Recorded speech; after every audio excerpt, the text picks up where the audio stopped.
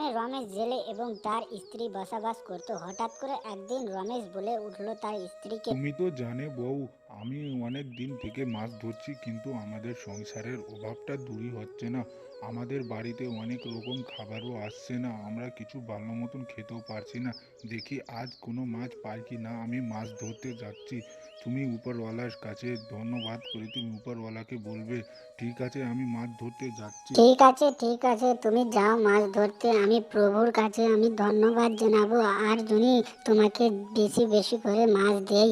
ঠিক আছে, আমি প্রভুর কাছে যাচ্ছি, তুমি এখন তাড়াতাড়ি মাছ ধরতে যাও, তো না হলে মাছ পাবে না। রমেশ জেলে পুকুরের দিকে তার ছিপ নিয়ে মাছ ধরতে এগিয়ে যায়। রমেশ মনে মনে ভাবছিল, যদি কোনো বড় মাছ পেয়ে যায় তাহলে আজ তো আমাদের বাড়িতে ভালো মন্দ রান্না হয়েই যাবে। তারপর রমেশ জেলে ভাবতে ভাবতে নদীর কাছে এগিয়ে চলে আসে। তারপর রমেশ জেলে তার দেবতাকে বলতে বলে, এ দেবতা, আমায় কিছু সাহায্য করো দেবতা, আমি তো অনেক গরিব, আমি রোজ এই নদীতে মাছ ধরতে আসি কিন্তু আমি মাছ পাই না, তুমি আমার দিকে তাকিয়ে দেখো, দেখো দেবতা, দেখো প্লিজ দেবতা, আমি এবার ছিপ ফেকছি দেবতা।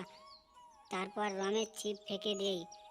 ছিপের মধ্যে কোনো মাছ আসে না। হঠাৎ করে তার ছিপে বড় একটা মাছ এসে পড়ে। রমেশ অনেক খুশি হয়ে এর দিকে সেই মাছটাকে বেচতে যায়। তার কাছে একটা বুড়ি মেয়ে তার মাছ নিতে আসে। সে বুড়ি মেয়েকে বলে, আমার মাছটা নিয়ে নাও, আমার মাছ অনেক ভালো। তাই বলে বুড়ি মেয়েকে সে মাছ দিয়ে আবার বাড়ি ফিরে আসে। বাড়ি তার ছিপ নিয়ে আসে। সে রমেশ আজকে অনেক খুশি, তার স্ত্রীকে যে কিছু বলতে বলতে পারবে। আবার সে তার স্ত্রীকে দিয়ে বলতে লাগে, তুমি জানো সুস্মিয়া, আজকে আমি অনেকগুলো মাছ পেয়েছি, আবার বাজারে সে মাছগুলোকে বেচেও দিয়েছি আর ভালো দামও পেয়ে আজকে আমরা ভালো মন্দ জিনিস খেতে পাবো, আবার আমরা অনেকগুলো জিনিস নিজের জন্য কিনতেও পাবো। তাহলে আমরা আজকে ভালো মন্দ খাই। তারপর তার স্ত্রী বলতে লাগলো, তুমি তো জানোই আমাদের অনেক দেনা আছে, তুমি এইভাবে করলে কি হবে, অনেক দিন তো আরো মাছ পাবে, তুমি উপরওয়ালার কাছে শুক্রিয়া দান করো এবং আমাদের বাড়িতে যে আছে তাই খাই, আমাদের ধারগুলোকেও মেটাতে হবে, না হলে হবে। তারপর রমেশ আবার ছিপ নিয়ে নদীর দিকে এগিয়ে পড়ে। সে অনেক কিছু ভাবতে ভাবতে এগিয়ে পড়ে এবং অনেক ভাবনা নিয়েও সে এগিয়ে পড়ে। তারপর আবার নদীর দিকে এগিয়ে আসে, আবার সেই কথাগুলো বলতে লাগে তার প্রভুকে। প্রভু, তুমি তো জানোই আমাদের বাড়ি কি চলছে এখন, আপনি এখনই যে দেখলেন কি আমাদের কি হলো। তুমি তো জানোই আমাদের অনেক দেনা আছে, প্রভু তুমি আমাদের দিকে চোখ তাকিয়ে দেখো, আরও আমাদের দিকে অন্য কিছু দাও। তারপর রমেশ আবার ছিপ ফেকে, আবার তার মতো একটা বড় মাছ উঠে পড়ে। তারপর রমেশ বাড়ির দিকে মাছগুলোকে নিয়ে এগিয়ে পড়ে। তার চোখের সামনে হঠাৎ করে একটি সোনার পাতিলা এসে পড়ে। তখন রমেশ ভাবতে লাগে, এটা কি।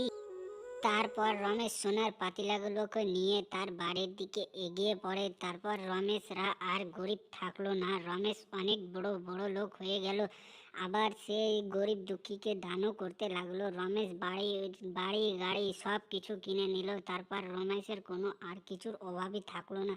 তো বন্ধুরা, আপনাদেরকে এই ভিডিওটা কেমন লাগলো? যদি ভিডিওটাকে ভালো লাগে তো আমাদের চ্যানেলটাকে সাবস্ক্রাইব করে ভিডিওটাকে লাইক করে দেবেন, কারণ আমাদের ভিডিও আরও অন্যান্য পাওয়ার জন্য আমাদের চ্যানেলটাকে সাবস্ক্রাইব করা অনেক দরকার আপনাদের।